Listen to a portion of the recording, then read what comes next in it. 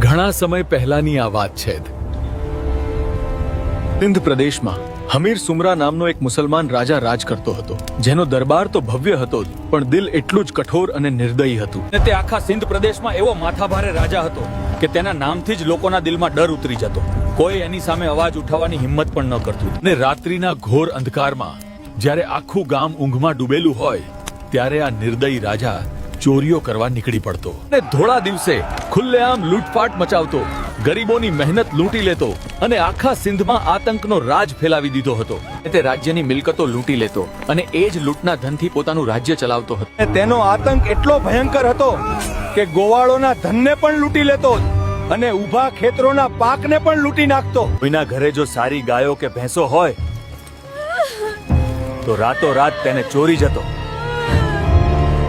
અને આ હમીર સુમરો એટલો તાકાતવર અને બળવાન હતો કે કોઈની એવી તાકાત નહોતી કે તેની સામે ઊભા રહી શકે. આવો હતો આ સિંધનો હમીર સુમરો. તેથી આખી સિંધની પ્રજા ત્રાહિમામ પોકારી ઉઠી. ને પછી આ દુઃખી પ્રજા ભગવાનને પ્રાર્થના કરવા લાગી, હે ભગવાન, આ હમીર સુમરા જેવા રાક્ષસથી અમને બચાવો. હે પ્રભુ, કોઈક એવા રક્ષકને મોકલો કે જે અમને આ ત્રાસથી મુક્ત કરે.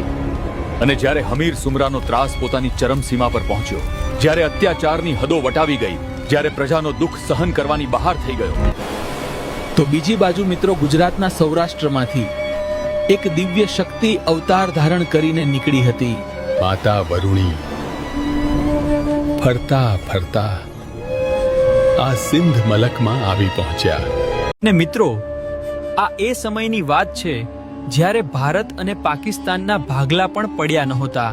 અને જે સિંધ મલકની આપણે વાત કરી રહ્યા છીએ તે આજે પાકિસ્તાનમાં આવેલું છે. અને ફરતા ફરતા માતા વરુણી આ સિંધ મલકના સીમાડે આવીને ઊભા રહ્યા. અને ત્યાં આવીને જ્યારે તેઓ જુએ છે ત્યારે તેમને એક નાનકડી ઝૂંપડી દેખાય છે, જ્યાં એક સાધારણ ડોશીમાં રહેતી હતી, જેનું નામ હતું લાલબાઈ. અને તે ડોશીમાં પાસે 150 થી 200 જેટલી ગાયોનું વિશાળ ધણ હતું.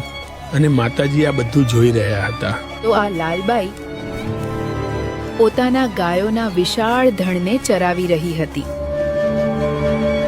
તેથી માતા વરુણી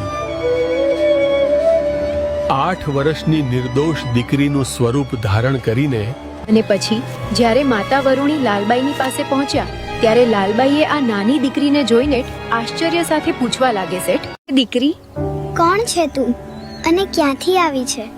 ત્યારે આ નાની દીકરી શાંતિથી જવાબ આપે છે કે હું વરુણી છું. શું તમે મને સાચવશો?